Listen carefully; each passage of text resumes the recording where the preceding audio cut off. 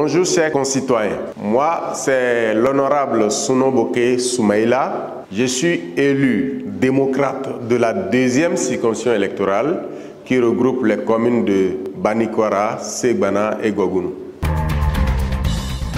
Je voudrais ce matin m'adresser à vous pour analyser le problème du système éducatif national. On a souvent dit que le développement humain est le socle du développement. Nous avons constaté que la rupture a complètement voulu mettre à terre notre système éducatif. Nous assistons aujourd'hui à une véritable chute de notre système éducatif, une dégradation dans tous les secteurs de l'enseignement au Bénin. Les difficultés sont multiples. Le manque criard d'enseignants, des infrastructures adéquates, des conditions de travail précaires pour le personnel éducatif et un soutien insuffisant aux initiatives locales. Parmi les problèmes les plus critiques, la situation des aspirants au métier d'enseignant mérite une attention particulière. Les AME recrutés pour pallier au déficit d'enseignants dans les écoles secondaires constituent la grande majorité du personnel enseignant.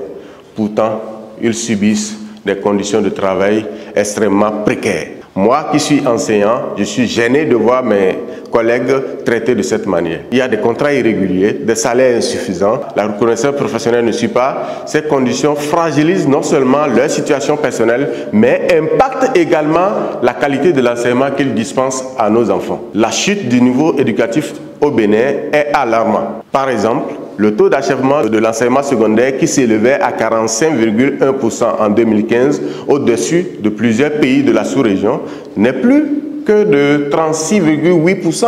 Cela montre clairement les effets des mauvaises réformes. Conscient de cette situation alarmante, notre groupe parlementaire a pris des mesures pour faire entendre la voix des AME. En novembre 2023, le groupe parlementaire a interpellé plusieurs fois le ministre de l'enseignement primaire, celui de l'enseignement secondaire, pour dénoncer les conditions de travail inacceptables des AME et exiger des mesures urgentes pour y remédier. Et cela a porté ses fruits. En mars 2024, ces ministres ont pris en compte plusieurs de nos revendications grâce à la pression que nous avons exercée. Conformément à cette volonté d'améliorer les conditions de vie de plus de 30 000 AME déployés dans nos écoles primaires et secondaires publiques, le gouvernement a décidé d'octroyer de nouveaux avantages à leur profit. Et nous continuerons à mettre la pression sur le gouvernement car il est inacceptable que des enseignants qui donnent de leur temps et de leur énergie pour éduquer nos enfants soient laissés dans une telle précarité.